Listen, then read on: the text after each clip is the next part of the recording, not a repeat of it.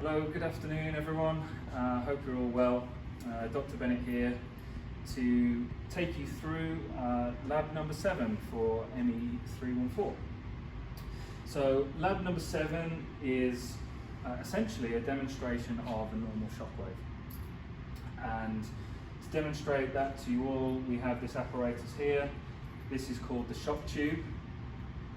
And what we do is we pressurize one side of this shock tube with the air feed in that's coming from the wall, and the high pressure side of the chamber is separated from the low pressure side or the ambient pressure side of the chamber with one of these mylar plastic discs.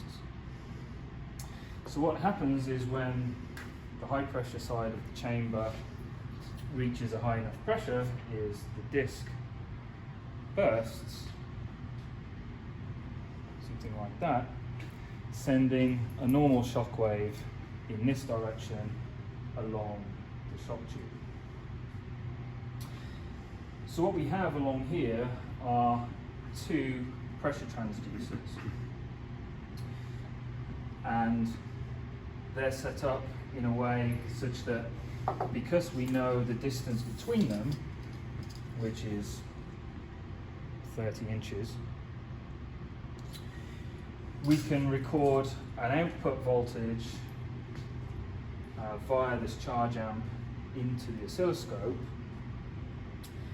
and then use those two outputs from the two separate channels to work out the delta in time between those two outputs.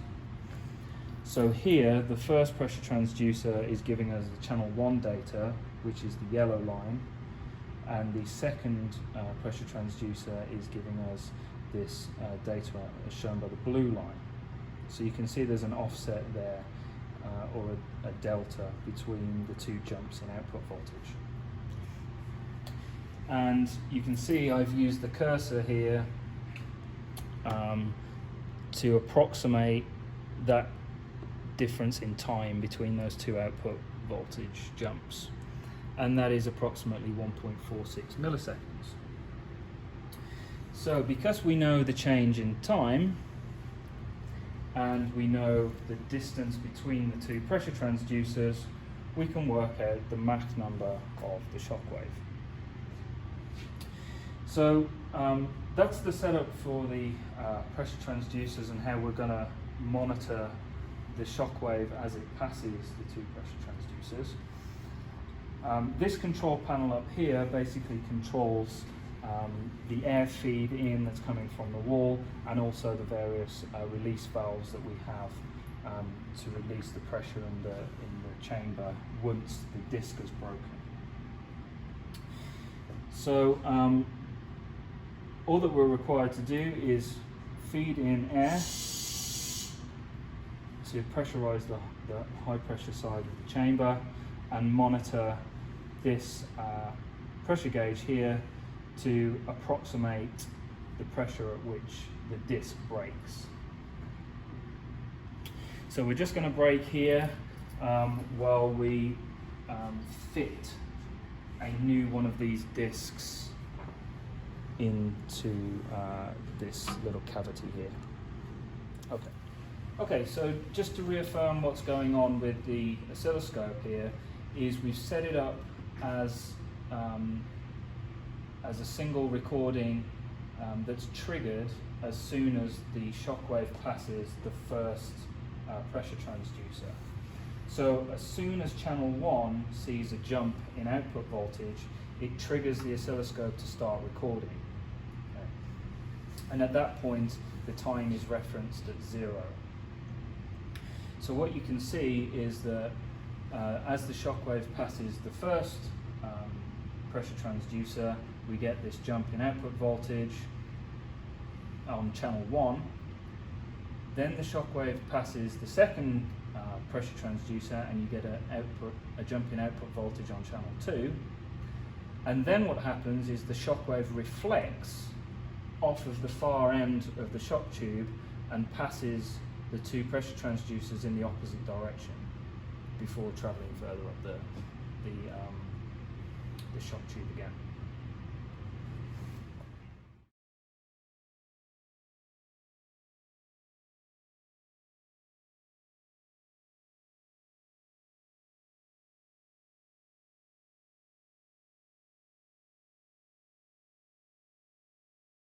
Right. Okay, so I've reset up the oscilloscope with the same trigger settings. I've set it to a single record. And what I'm going to start to do now is to open up the input valve to start increasing the pressure in the high pressure chamber of the shock tube. You can see the pressure is starting to increase, and we're looking for the pressure at which the mylar sheet bursts. So that's 45, 50 psi, 55 psi, 60. So it's approximately 65 psi. You can see the output on the oscilloscope now. I'm just going to shut off the needle valve and open up the release valves.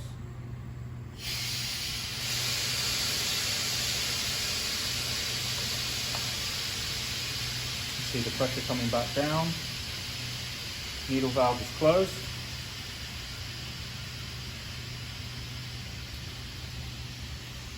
So let's have a quick look at the output that we've got on the oscilloscope.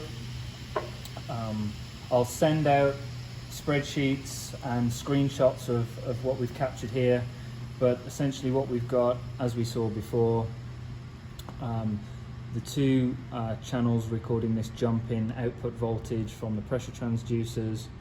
From that we can see that the delta in the time taken from the shock to pass from the first one to the second one is about 1.5 milliseconds. And then these two up here correspond to the shock wave reflecting back off the far end. So that's it for lab number 8. I think I said lab 7 in the intro to this, but this is lab 8. I'll send out spreadsheets with all of this data so you can replot these traces, and I'll send out screenshots of what we've seen here on the oscilloscope. So keep yourselves safe and healthy, and we'll be in touch with the assessment protocols and also videos for lab 9. Thanks.